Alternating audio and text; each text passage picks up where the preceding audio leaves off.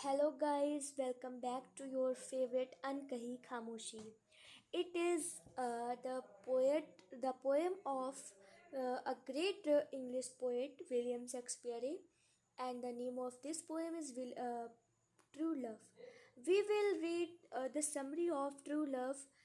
It means we will read what the poet wants to tell us about the love. Actually, this is a beautiful poem, and if you read it by heart, it is an amazing poem. So let's get started. शुरू की कुछ लाइनों में हमें introduction दिया है कि जो शेक्सपियर हैं उन्होंने पूरी टोटल 154 सॉनेट्स लिखी। उनकी वह 126 सॉनेट्स जो हैं वो किसको डेडिकेटेड हैं, और फिर बाद की सॉनेट्स डार्क लेडी को डेडिकेटेड हैं।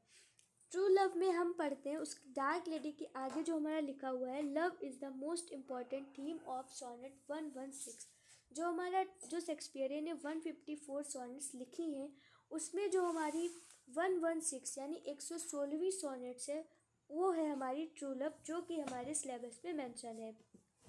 तो इस पोएम के नाम से ही हम समझ सकते हैं ट्रू लव यानी इसकी पूरी जो मोस्ट इम्पॉर्टेंट थीम है वो लव है। The poet glorifies the meaning of true love, यानी जो कवि है वो हमारे सच्चे प्रेम की अर्थ को ग्लोरीफाई करता है यानी डिफाइन करता है। Which can overcome all obstacles and thus remain unchanged even the course of time, यानी जो सच्चा प्रेम है वो हमारी सारी बाधाओं से जीत जाता है और इसलिए वो हमेशा अपरिवर्तित रहता है।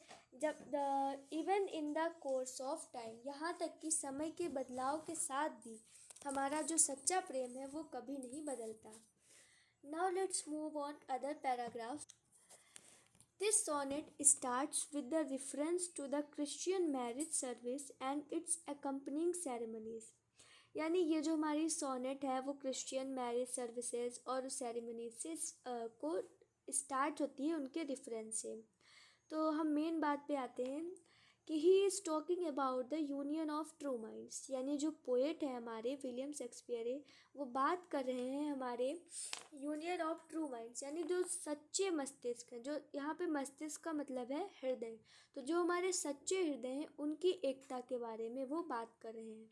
The poet makes the distinction between true love and unfaithful love.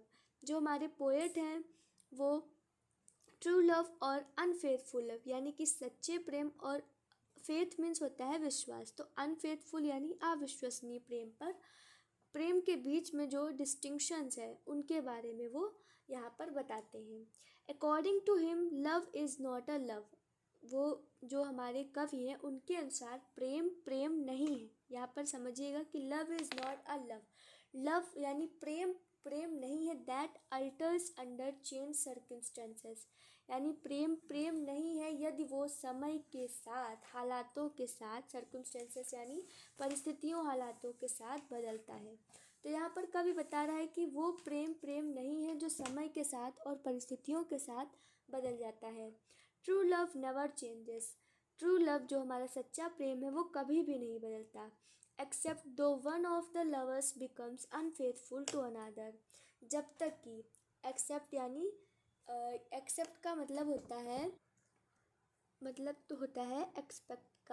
Accept का कि जो हमारा सच्चा प्रेम है वो कभी नहीं बदलता यदि कोई भी जो लवर्स हैं, हमारे जो प्रेमी हैं, वो अगर अनफेथफुल यानी एक दूसरे के प्रति बेवफा ना हो। अनफेथफुल यानी फेथ मतलब वफादार और अनफेथफुल यानी बेवफा, तो यदि वो एक दूसरे के प्रति बेवफाई ना करें तो ये जो हमारा सच्चा प्रेम है कभी भी नहीं बदलता।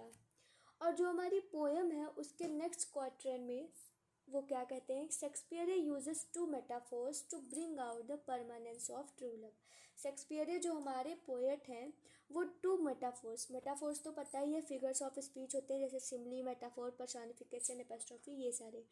तो शेक्सपियर जो है यहाँ पर टू मेटाफोर्स यानी रूपकों का प्रयोग करते हैं। Bring out the permanence of true love किस लिए करते हैं कि वो हमें समझाना चाहते हैं कि ट्रू लव की जो परमानेंटी है वो कैसे है, इसलिए वो टू मेटाफोर्स को यूज़ करते हैं उन जो ट्रू लव है उसकी दृढ़ता को, उसकी निरंतरता को बताने के लिए। First the poet says that love is an ever fixed mark. सर्वप्रथम जो है हमारे कवि जो है वो कहते हैं कि जो प्रेम है वो एवर फिक्स्ड मार्क यानी कभी ना हिलने वाली, एक जगह स्थिर रहने वाली चट्टान के जैसे है। अ लाइट हाउस मतलब पहले उसको बताते हैं चट्टान नहीं, मतलब एवर फिक्स्ड मार्क यानी जो हमेशा से बनी रहती है। अ लाइट हाउस, एक light house that looks like storms but never shakes, जो दिखती तो है looks like storms but never shakes, मतलब वो तूफानों को देखती है परंतु कभी भी विचलित नहीं होती। यानी आप यहाँ पर सीधा ऐसे समझ सकते हैं कि जो ट्रू लव है वो लाइट हाउस के जैसे होता है। लाइट हाउस यहाँ पर वो होता है जो समुद्रों के बीच लगा होता है, वो लाइट हाउस जो जहाज़ों को मार्ग दिखाता है। तो वो लाइट हाउस कई सारे तूफानों को देखता है लेकिन वो कभी भी अपनी स्थिति से विचलित नहीं होता, यानी चाहे जितनी बाधाएं ऑब्स्टिकल्स आए लेकिन जो ट्रू लव होता है वो चेंज नहीं होता है। Next he says that love is the pole star. फिर अगली जो दूसरा मेटाफोर है उसमें वो कहते हैं कि जो प्रेम है वो पोल स्टार यानी कि ध्रुव तारे के समान है। कैसे? That guides every wandering ship in the ocean, जैसे कि ध्रुव तारा हो तो जब पहले दिशाओं को जानने के लिए हमारे पास यंत्र नहीं होते थे तब ऐसी कथा प्रचलित थी कि जो ध्रुव तारा है वो हमारा जो है उत्तर दिशा में लगता है, तो उसको देख के लोग अपने आप मतलब उससे लोग खुद को गाइड करते थे कि यदि अगर ये तारा इधर है तो इसका मतलब इधर उत्तर दिशा है, फिर वो अपने आप को डायरेक्शंस को जान लेते थे। तो बिल्कुल उसी तरह जो है, और ये जो हमारा पोल स्टार है जो भटके हुए वॉन्डरिंग शिप यानी जो भटके हुए जहाज होते थे समुद्र में उनको गाइड करता है। और उसी प्रकार जो है हमारा ट्रू लव वो भी जो भटके हुए प्रेमी होते हैं, you can say wandering lovers, उनको वो मार्ग दिखाता है। Its value is unknown when its height is calculated, और इसका मूल्य जो है